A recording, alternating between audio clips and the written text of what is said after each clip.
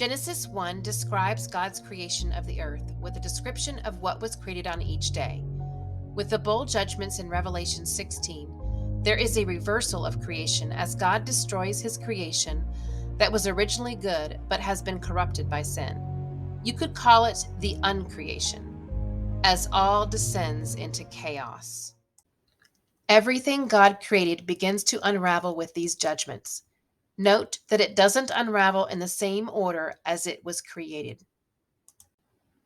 When you read in Revelation 16, you will notice that the bowl judgments are not just poured out on the earth.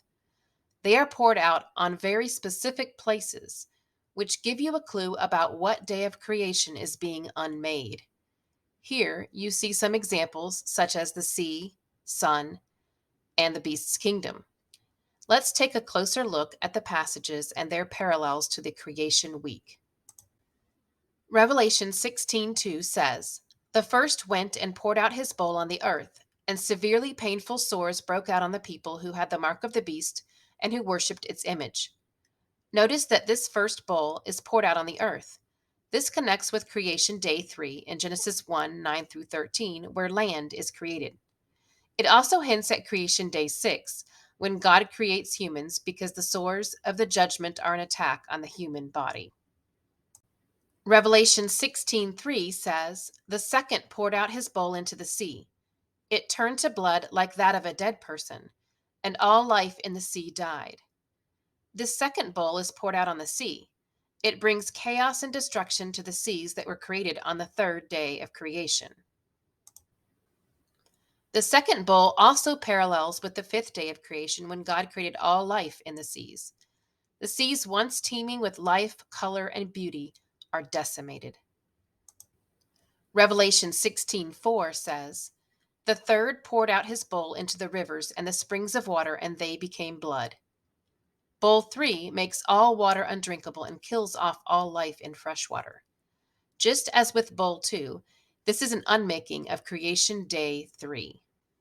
Revelation 16:8 says, "The fourth poured out his bowl on the sun. It was allowed to scorch people with fire." Bowl 4 parallels creation day 4 when God created the sun as described in Genesis 1:14 through 19. Our sun is damaged beyond repair, and in its death throes, it scorches the earth. You will see in the next bowl that its light has been completely obliterated. Revelation 16:10 says, "The fifth poured out his bowl on the throne of the beast, and its kingdom was plunged into darkness." God created light on creation day 1 in Genesis 1:3 through 4. He snuffs out that light with Bowl 5. God also directly targets humans, which is an attack on creation day 6. God brings darkness on the beast's kingdom. The number 6 is the number of man because humans were created on day 6. The beast number is 666. Revelation 13:18 says, "Here is wisdom. Let him who has understanding calculate the number of the beast, for the number is that of a man, and his number is 666. Revelation 16:12 says, "The sixth poured out his bowl on the river Euphrates, and its water was dried up to prepare the way for the kings from the east." This bowl parallels creation day 3 when dry land was separated from the water. Revelation 16:17 says, "The seventh poured out his bowl into the air, and a loud voice came out of the temple from the throne saying, 'It is done.' There were flashes of lightning, rumblings, and peals of thunder.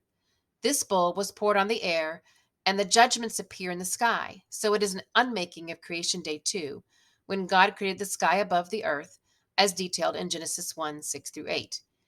It is at this time that we will see Jesus return not against a blue sky with fluffy white clouds, but against a dark red and black sky, riding thunderclouds, raining 100-pound hail, and piercing the darkness with lightning." The bowls of Revelation reveal God's final judgment on mankind and the world corrupted by sin. In the final book, God uncreates all that he created in the first book. Matthew 24:35 warns, "Heaven and earth will pass away, but my words will never pass away." But we have this glorious promise in Revelation 21:1. Then I saw a new heaven and a new earth, for the first heaven and the first earth had passed away, and the sea was no more.